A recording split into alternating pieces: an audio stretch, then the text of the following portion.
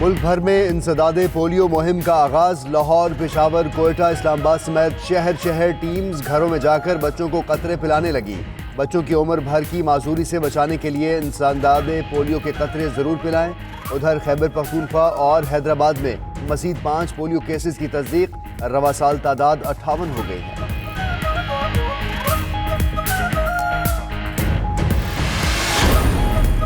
دنیا کو قائل کر لیا ہے کہ یہ بھارت کا اندرونی معاملہ نہیں۔ وزیر خارجہ شاہ محمود قریشی کا کہنا ہے کہ UAE کشمیر پر پاکستان کا حامی ہے۔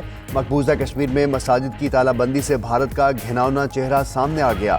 RSS کے گنڈے مقبوضہ کشمیر بھیجنے کی تیاریاں ہو رہی ہیں۔ کرتارپور راہداری جلد کھول رہے ہیں۔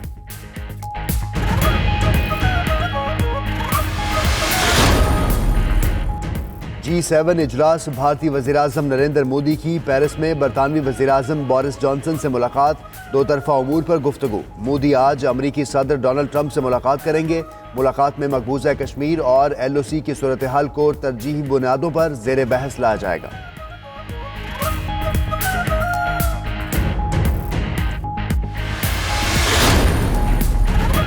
جلال آباد میں پاکستانی قونصل خانے کے باہر دھماکہ، 4 افراد زخمی۔ ویزے کے لیے مخصوص لائن کے قریب بارودی مواد پھٹ گیا۔ قونصل خانے کا تمام عملہ محفوظ ہے۔ جلال آباد میں پاکستانی قونصل خانے کو پہلے ہی خطرہ تھا۔ افغان حکام کو بار بار کہنے کے باوجود سیکیورٹی نہیں بڑھائی گئی۔ ترجمان دفتر خارجہ نے دھماکے کی تصدیق کر دی۔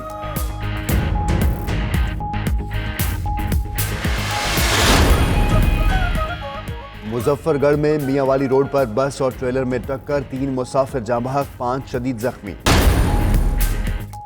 اور اسلام آباد اور راولپنڈی میں موسلادھار بارش، سڑکیں پانی سے بھر گئیں، نشیبی علاقے بھی زیر آب۔